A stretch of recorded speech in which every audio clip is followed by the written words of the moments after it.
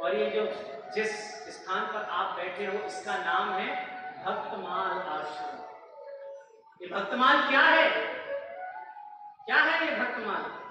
ये और कुछ नहीं, भक्तों की महाराज एक माला, सुंदर माला बना करके श्री नाभाजी ने तैयार करी, इसी को कहते हैं भक्त माल, अर्थात भक्तों की माला। ध्यान देकर के सुनना। तो यहां वर्णन करते हैं कि बोले भजबे को दो ही सुघर के हरिदास। बोले भजने को दो ही सुघर के हरि, या तो हरि या फिर हरिदास। तो किसी ने पूछा, बोले महाराज इन दो में से किसी एक को भी चुनना पड़े तो किसको चुने, किसको चुने? तो संतों ने क्या कहा, बोले यदि हरि और हरिदास खड़े हैं तो सबसे पहले बोले हरि को छोड़ देना, हरिदासों के चरण पकड़ लेना। प्रेम से बोलो, किसके चरण पकड़ना? हरिदासों के चरण पकड़ना।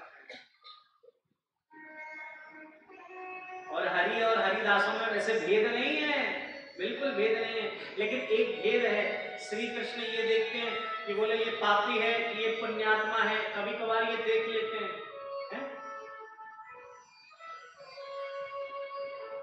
अहम भक्त पराधीनो, भगवान ने क्या कहा है भागवत में? बोले अहम भक्त पराधीनो, बोले मैं भक्त के पराधीन हूं। अगर भगवान समदृष्टि होती तो ये भी तो कह सकते थे अहम पापी पराधीनो। प्रेम से बोलो, है? भी तो कह सकते कि मैं पापियों के भी अधीन हूं, उनके पीछे पीछे नहीं। उन्होंने क्या कहा? बोले अहम भक्त पराधीन हूं। भगवान की कहीं ना कहीं हमारा दृष्टि में भेद है, लेकिन जो हमारे हरिदास हैं उन परम पावन पतित पावन उन संतों में, उन गुरुजनों में कोई भेद नहीं होता, कोई भेद नहीं होता।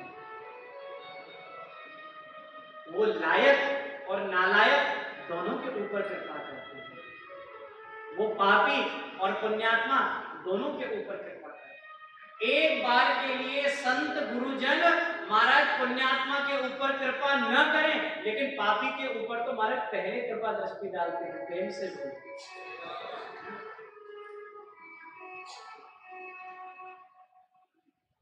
नालायक के ऊपर महाराज सबसे पहले कृपा करते हैं सब, लायक के ऊपर तो सब कृपा करते हैं। भगवान भी कृपा कर देंगे, संसार भी कृपा कर देगा, धनी मानी भी उसके ऊपर कृपा कर देंगे, लेकिन हम जैसे नालायकों की कौन सोचेगा? कहा करिए प्रभु को, हे प्रभु ये जो मन है ना ये बहुत काला है, लेकिन ये घर है किसका? आपका। इसमें ये काम, क्रोध, लोभ, मोह, अहंकार ये चोर रह रहे हैं प्रभु। अब ये घर हमने आपके हवाले कर दिया। प्रेम से बोलो, सब आपके हवाले कर दिया।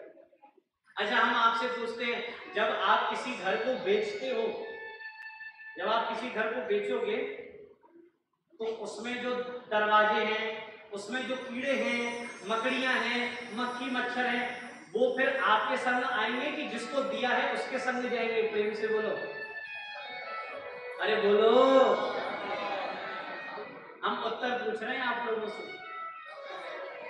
यदि आप किसी को घर बेच रहे हो और उस घर में कोई कीट पतंग जीव जंतु अगर कोई है तो वो आप ही रख लोगे कि जिसको बेचा है उसके संग जाएंगे? वो उसके संग जाएंगे ना, जिसको दिया है।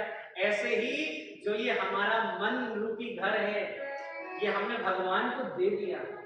अब इसमें जो काम, क्रोध, लोभ, मोह, अहंकार जो ये महाराज अनंत अनंत जन्मों से जो रह रहे हैं, तो फिर इनकी जिम्मेदारी हमारी नहीं है, फिर इसकी जिम्मेदारी किसकी है? जिसको ये घर दिया है। किसको दिया है? भगवान को। भगवान ये जो घर में रह रहे हैं काम, क्रोध, लोभ, मोह, अहंकार, ये अब आपके। अब आप इनको रखना चाहो, भगाना चाहो, ये आपकी जिम्मेदारी है, आपकी मर्जी है। अच्छा, अब आप एक बात बताइए, यदि कोई घर है और आप महाराज उस घर में कोई चोर रह रहा हो और आप पुलिस से कंप्लेन करने जाओ और पुलिस उसके ऊपर एक्शन ना ले उस चोर के ऊपर, तो आप क्या कहोगे? कि बोले इस चोर का और पुलिस में 60 गांठ है। प्रेम से बोलो, है कि नहीं? अरे बोलो, है ना? यदि पुलिस उस चोर के ऊपर एक्शन नहीं लेती है तो समझ लेना उस पुलिस वाले का उस चोर के संग में सांठ गांठ है, मिली भगत है। ऐसे ही जब हमने ये घर भगवान को दे दिया और देने के बाद भी यदि ये चोर हमारे घर में है तो समझ लेना इन चोरों का कनेक्शन हमारे भगवान से ही है, हमारे भगवान से ही है। भगवान चाह रहे हैं तभी तो वो हमारे हृदय में बैठ रहे हैं। भगवान न चाहते तो वो तो अब तक भग जाते, उनकी क्या सामर्थ्य थी। और ये काम, क्रोध, लोभ, मोह, अहंकार, अरे ये और कोई नहीं है, ये हमारे भगवान के ही नाती पोता बेटा बालक हैं। अब आप देखो ना, ये काम जो सारी सृष्टि को सता रहा है, ये कौन है? ये भगवान का पुत्र ही तो बन करके आया था, है? प्रद्युम्न के रूप में, है? कौन है ये कामदेव? तो ये भगवान का बालक ही तो है।